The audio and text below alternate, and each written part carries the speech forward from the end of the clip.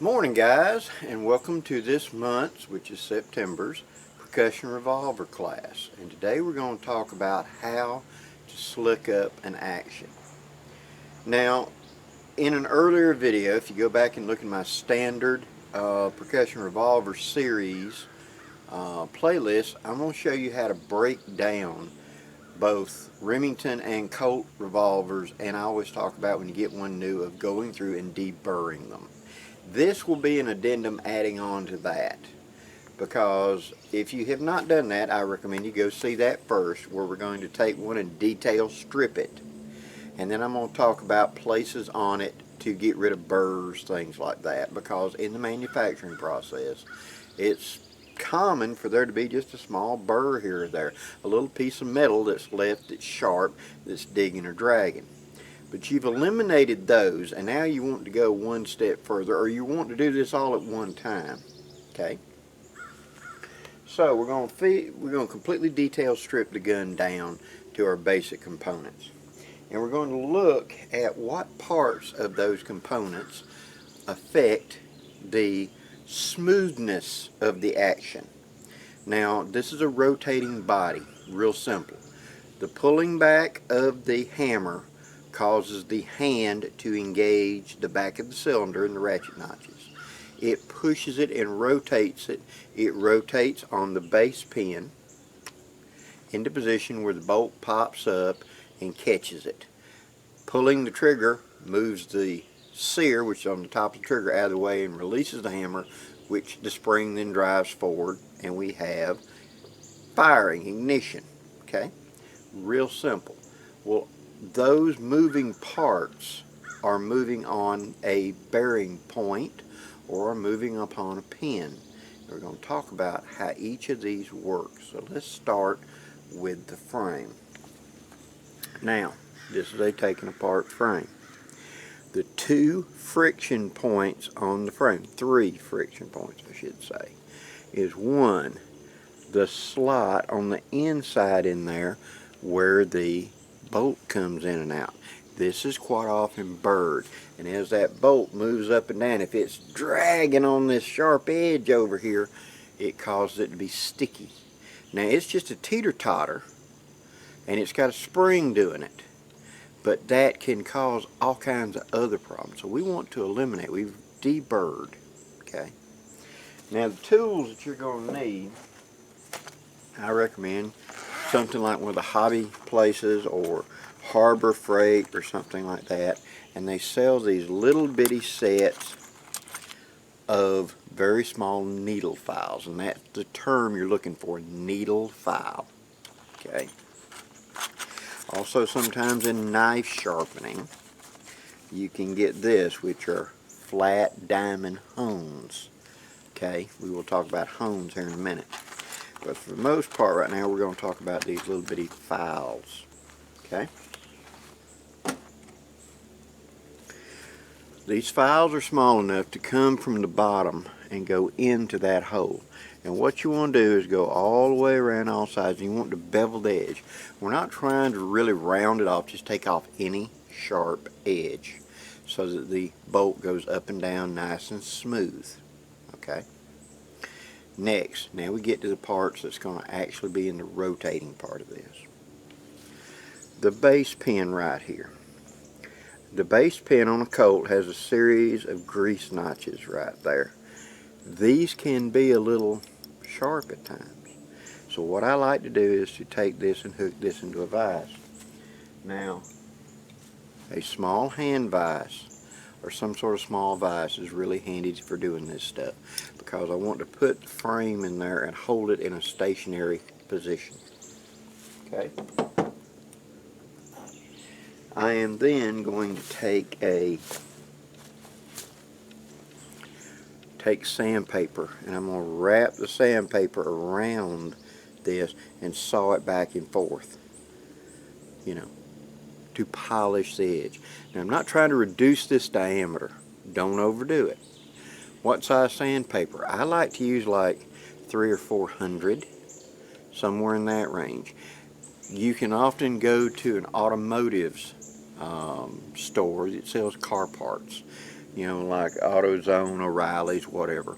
And quite often they'll have packets of different grades of wet dry, and that's the type of sandpaper you're really wanting, is wet dry. It functions both ways. It doesn't come apart if it gets wet, okay, because we're going to use some water here in a little bit. But wet dry sandpaper, I normally get an assortment that's got some 200, 300, 400, up to about 800, okay. Now I'm going to put it around there, and I'm going to saw it up and down, you know, like you buffing a shoe, polishing a shoe. And I'm going to go all the way around that.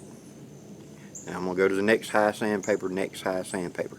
Don't spend more than like a 30-40 seconds doing it, but I want to make sure that thing is smooth. Now when I've done that and I put my cylinder in there, it should be nice and smooth. Advanced, if you want to go even further with this, realize that this back bearing right here, the cylinder's on, and this front bearing, notice there's a notch like right here, and then there's a thicker piece, and then there's all these rings. All of those rings can be reduced in diameter. What that means is if I sand it on them, I reduce, but do not, let me say it again, do not reduce the diameter of this band right here or this back here, because that's what's actually holding the front and the back end in place. The in-between can reduce in size, and it's actually kind of helpful to reduce it in size. I could even take a needle file and open these up, these notches, a little bit more, because it'll hold a little bit more grease, more lubrication, and therefore it would help. By reducing the diameter, the two sides are not touching. Now it's touching here and touching here, but in between here would be a gap, and therefore hold more lube, less friction. See? So again, that back band and that driving band right now, polish it, make it slick. And then if you want to reduce the diameter any, reduce it right in here. It's always a good idea to take the file or something and open those up. I have taken a fine-tooth hacksaw before and put it into the notch and make it just a little deeper going across, and then go over and polish that, because the deeper the more grease it holds, and that's the lubrication of the cylinder. Okay. Now let's look back here in here. Okay. There is your screw that your hammer rides on. And then between these two surfaces, here and here, is where the hammer rides.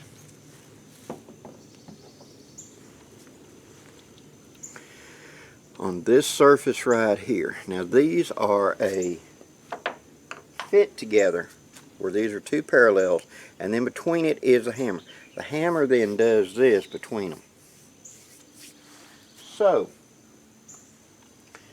taking something like a tongue depressor or some thin piece of something, I will take a piece of the sandpaper, strip of it, and wrap it around it, maybe tape it to pull it tight. And then I will go between these two on both sides, turning it over, bearing down. I want that nice and slick and smooth. There can be burrs there where this back edge, as the hammer is trying to do its bit right here, this back edge right here can be a little bit rolled in, and it drags it. Same thing on the inside. So I want to go through there and polish that. It doesn't have to be mirrored. Our purpose here is not to remove metal. It's to remove any sharp edge of metal, any knife edge, any wire edge that may have been put there in the manufacturing process. It's going to drag or dig in. Think of it like I'm wanting to round the fingertips and not take away, get rid of the fingernails but not get rid of the fingertips. So it's like a fingertip going over versus a fingernail digging in. That's what I'm trying to eliminate, that fingernail type idea.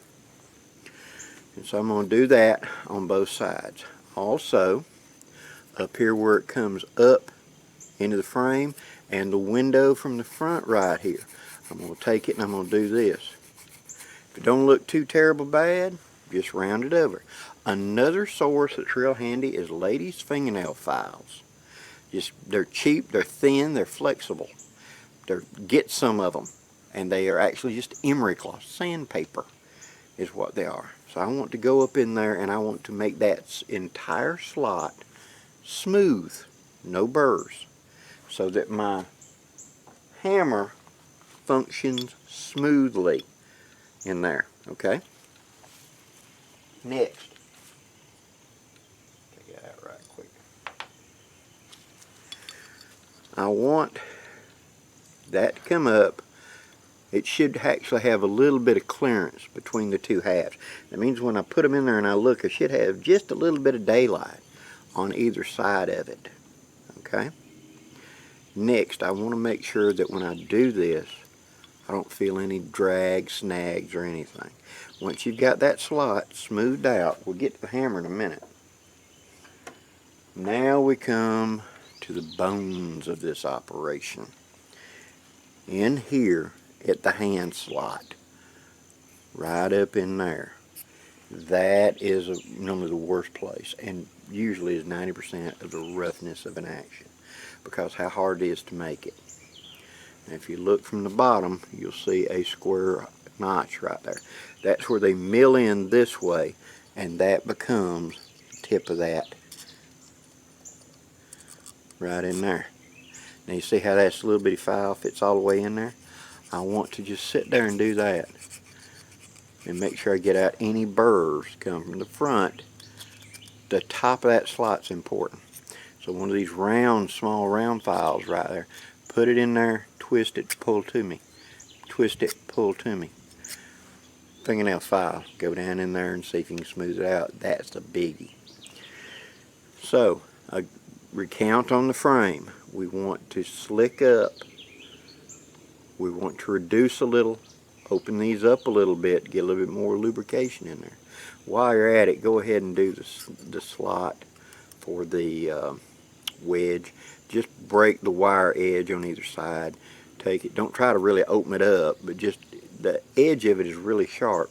So I want to round that off, because what can happen is, in firing and the battering coming back and forth, that wire edge kind of curves out and will make it where it's very difficult to pull the barrel off of this. So just a couple of thousandths off either side. A flat file going across it like that will do a wonderful job. In fact, quite often I keep a small flat mill bastard just for that file, just for that. If putting it across there and just doing that.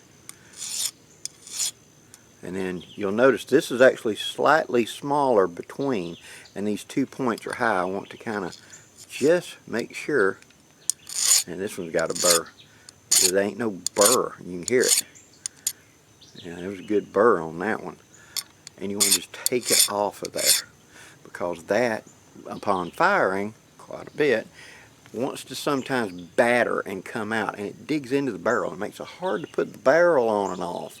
And in worst case scenarios, I've had it where I've shot a long string, you know, and then went to take it apart and just about had to beat it apart, and it was because of that burr. So there's a little tip for you. Now, we've cleaned up and smoothed up the frame. The number one friction problem is that hand slot. Okay? Now let's look at the hammer. Okay? The important bearing surface on the hammer is right here. This flat face right here on both sides. That's where it sits there and runs in the frame. Make sure that the opening, the hole in it right there, isn't burred up. That can happen fairly often.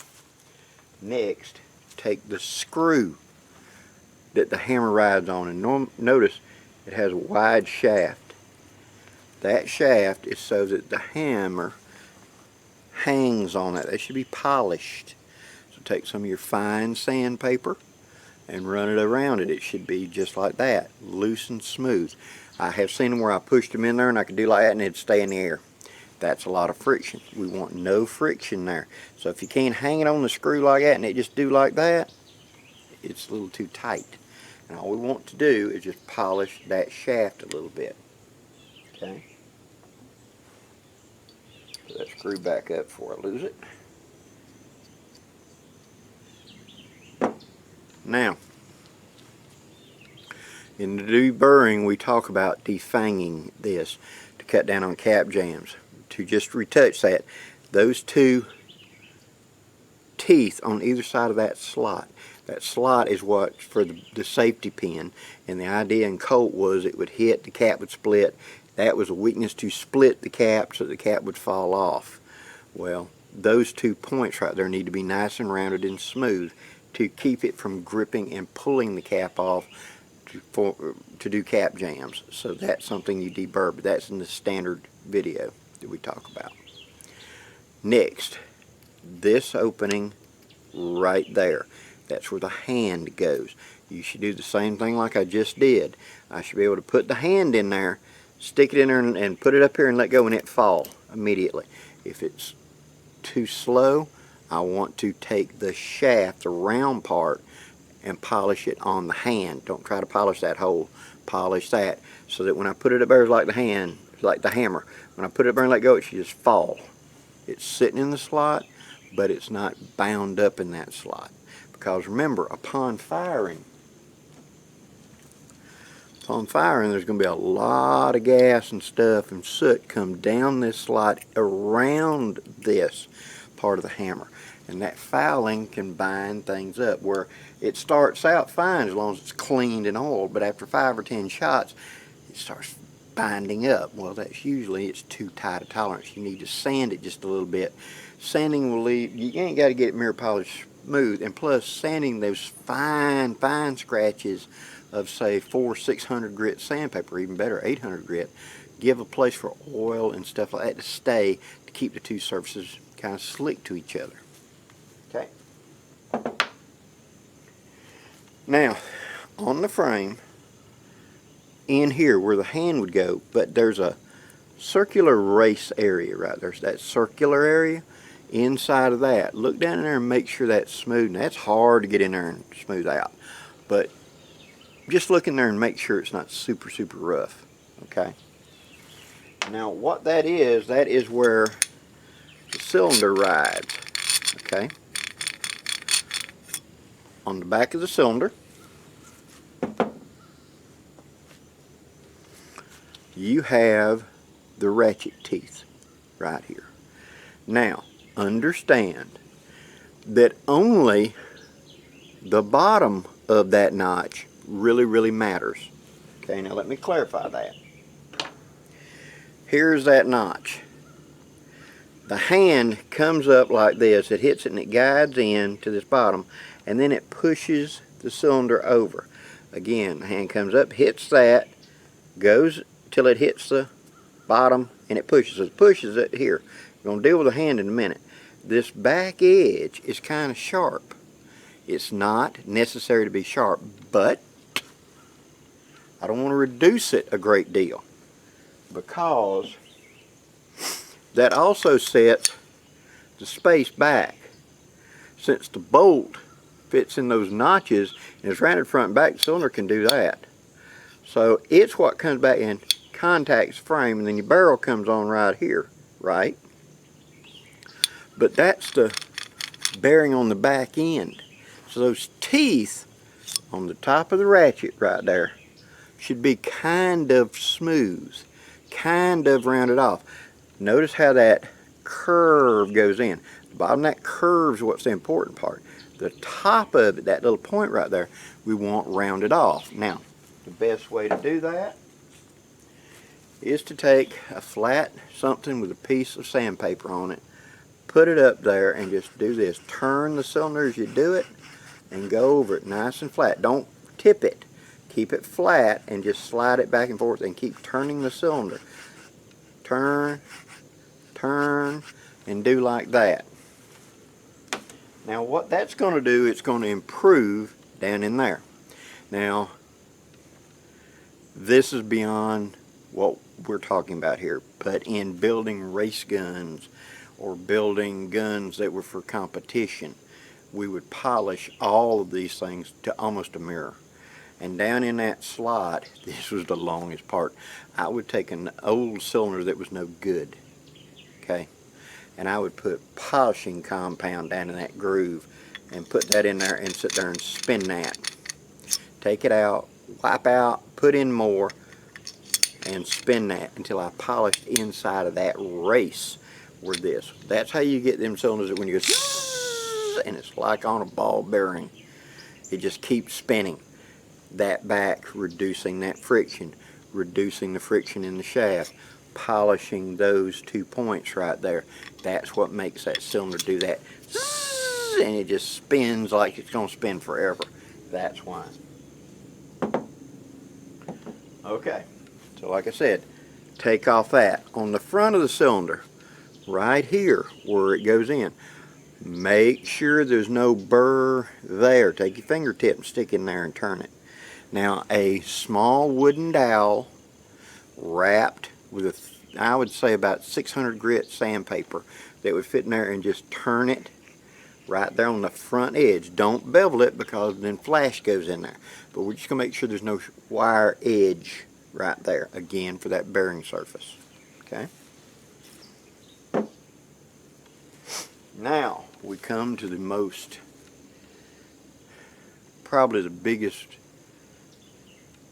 I would say, factor in stickiness of the action, and that's the hand. I'm not going to hold up a hand. I'm going to do it this way, just because this works better so you can see it more clearly.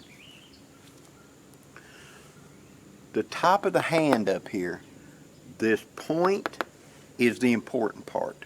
That's what goes in, indexes to the back of the cylinder and pushes up. This back edge back here is not. It doesn't do anything back here on this back edge. So imagine from about there forward is sort of important. Actually, really like that much forward is really important. This back edge right here, kind of round it off, because what's going to happen is when you go to push, you pull the hammer back and it goes straight up. It hits the frame. And if this point right here is kind of sharp and the top of the roof up there is kind of sharp, the two kind of lock together. And that's where you see those videos guys posting online, except talking about they start to pull the hammer back and it comes back just a little bitty bit and it's like bump, bump, bump. And the cylinder won't rotate and it's like it's locked up, and then once in a while it will rotate. That's what's happening. That top of the hand is hitting the top of the frame and they're biting together, causing that friction. So what you can do is simply round that edge off back here on the back, round that edge off where it's smooth. I just take a file and go over it so that as it comes up it's smooth. It wants to go out instead of it. Remember them fingernails in the slot? Now, the original springs came near about straight up. The modern springs got this hook to it. And what's happening is this is running inside the slot, and this is what's pushing this hand in this direction out. Okay? Make sure the top of that spring is not sharp and jagged. You want to round off the front of that spring. As well, feel your fingers on either side of it. If there's a wire edge on the edge of that spring, gently sand that wire edge off. Don't be rough on this, because a heavy scratch could crack that off. What we're trying to do is remove scratches. Okay? It goes into a slot. It's pressed into a slot down here. So just make sure also on that, on either side of that, that isn't rough where it's dragging on the side. And then the pin. Now, like I said, you make sure that that's nice and slick, and then what's in the hammer, when I let go of it, it just falls. If it goes like too tight, I want to polish there. I want that to be just, it's sitting in the slot, it's doing its job. It's not loose in the slot, it doesn't wobble around. But at the same time, it does not, which is too much friction. This and that is the number one. And 90% of your friction and felt resistance when you're cocking is that dragging up through a rough part of the frame. And it's to be expected, isn't it? Because in the manufacturing process, getting into that slot is tough. Now, Is there a tool for it? Yes. Brownells has one that's called the Smith & Wesson hand slot file, if you want to go custom buy one. And they will apply to all the single actions, all the stuff, and the modern double action revolvers. Anything's got the same basic idea. And it's a long shaped, on the very tip of it is a file, so you can go up in there this way and actually clean up that slot and make it slicker. I have found that using fingernail files and little bitty needle files, like I talked about, will do 95% of it, and I don't have to put that investment in there. In the past, yes, I've had one. I don't have one anymore, but I have had one, and if you're wanting to do a lot of this, it might be a good investment for you. Now, as I said, some sort of small vise is very handy so that I can put parts into it and clamp it in position so I can work on it a little easier, okay? Because some of these things are three-handed operations to do it all at one time, especially them slots. Fingernail files and sandpaper. A big wide diamond hone that's fine can be an asset, especially when you're trying to take out a lot of burrs on things like that, because I can put that up there and don't put any pressure and just turn it.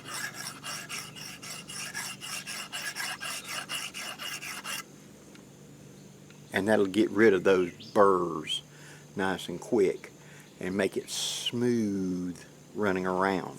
Okay? Same thing, I can put the front of the cylinder up there and do that if it's got a little bit of a burr rolling outward. On my hammer, I can put it up there and lay it flat, a nice wide flat, and rub to polish it. Now, don't go, change position so you don't cut a groove in the same direction. And that will slick up those two faces fairly quickly and easily. The idea here is not to remove a lot of metal. It's removing fingernails. It's those little burrs. It's those little scratches and grooves and etc. in it.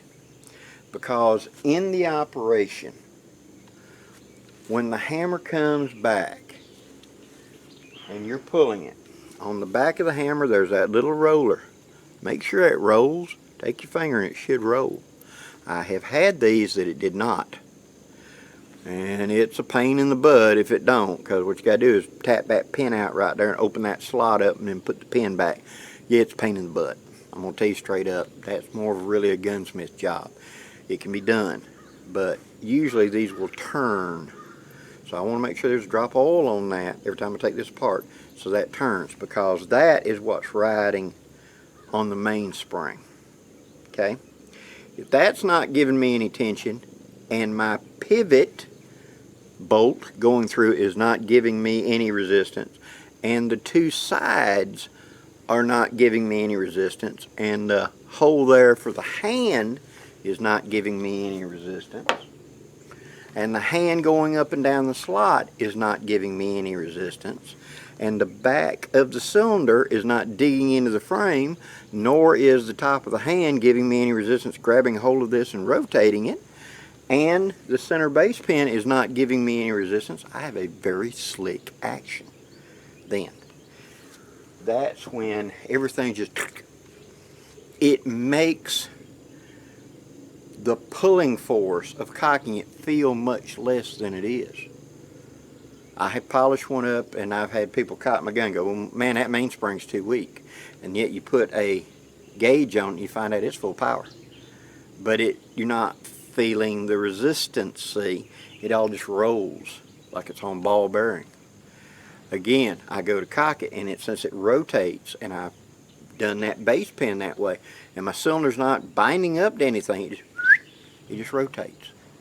Everything moves fluidly, easily. Ultimately, it's less wear and tear on my parts, and ultimately, it's better for the gun. And it also makes a faster, snappier action, more reliable ignition. Because when I pull the trigger and that hand goes forward, that hammer goes forward. There's no binding of the hammer. It just takes off and hits. It does its job. Bang. Now, since we've already touched on this, let's go one little step further and let's talk about on the hand, on the teeth of the hammer. This right here should be slick because this is what is riding over the sear, which is the top of the trigger. So again, on the slick side, I want to do this.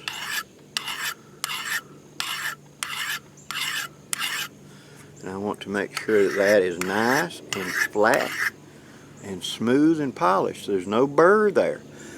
Those notches should be nice and square with no burrs, so that whenever I do pull the trigger, it just moves out of the way and everything takes off. Okay? Now here's a little thing I want you to pay real close attention to. You think your gun has a fairly heavy trigger pull. Notice this. It's in the frame. Okay? Get on a bench and do not look at anything but this hammer. Look at the hammer in relationship to the frame. Very gently pull the trigger. If at that last minute, does the hammer do that? As I pull the trigger, does the hammer come back toward me? That will tell me that that full cock notch is undercut, and I'm having to push the hammer out of the way to go, in which case that very bottom notch I need to go across and make it 90 degrees square, because instead of it being this where it's the sear is sliding up and going, it's this, and it's got to push the hammer back out of the way. So as that's coming up, it's got so I need to flatten that out. That makes a very smooth trigger pull. Again, how much is it when I put it on a scale? 3.5 to 4 pounds. What's it feel like? Like a pound, because it's just straight back. Polishing does that. Refining the action does that. Now this is true on single action armies as well as on percussion revolver, because the single action army is basically the 51 Navy, you know, inside. The 60 Army, the 51 Navies are all basically the same. Yes, there's some dimensional differences, but the relationship of the components and etc. is awful close. It's just a variation of it. Enough that this applies the same. Now how about Remingtons? Same idea, except it's inside the frame. It's the same idea of the hand slot, of where the hammer goes, the faces of the hammer, the trigger coming up. The base pin comes out so that I can do it out off the gun, and it can be done. It's the same idea. We're just applying it to a solid frame gun is the only thing.